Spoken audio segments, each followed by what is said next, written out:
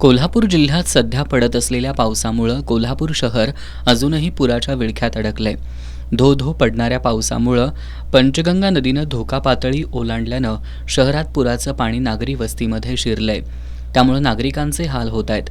पुरामुळे नदीच्या पाणी पातळीत वाढ झाल्यानं शाहूपुरी कुंभार गल्ली आणि शाहूपुरी 6वी गल्ली या परिसरात पाणी शिरलंय.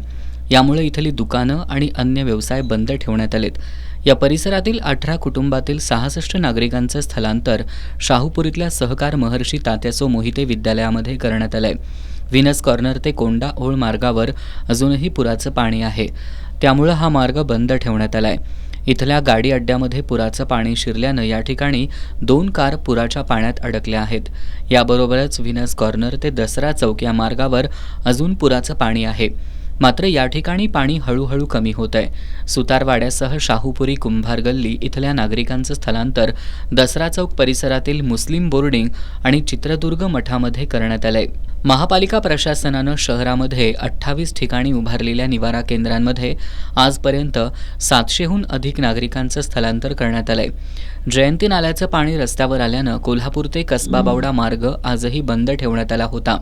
खानविलकर पेट्रोल पंप तसंच जिल्हाधिकारी कार्यालय मार्गावरील जिल्हा उद्योग भवन आणि महावीर उद्यानासमोर पुराचं पाणी साचून राहिलं होतं.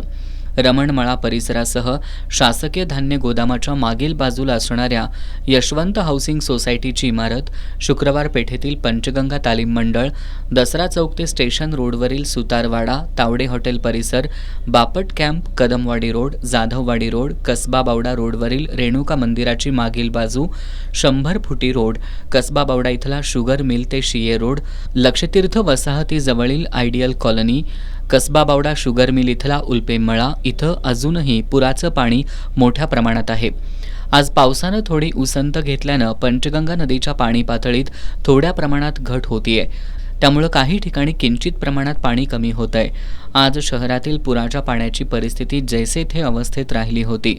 मात्र कोल्हापूर शहरातील नागरिक पुराच्या भीतीनं धास्तावलेले दिसून येत आहेत. दरम्यान टेंबलाई नाका परिसरामध्ये घरांच्या भिंती पडून 4 घरांचं नुकसान झालंय. या पडलेल्या घरांची पाहणी या परिसरातील सामाजिक कार्यकर्ते योगेश हातलगे यांनी केली आहे. त्यांनी याबाबतची माहिती आमदार जयश्री जाधव यांना कळवली आहे. त्यानंतर आमदार जयश्री जाधव यांनी संबंधित अधिकाऱ्यांना या पडझड झालेल्या घरांचा पंचनामा करून लेखी अहवाल देण्यास सांगितलंय.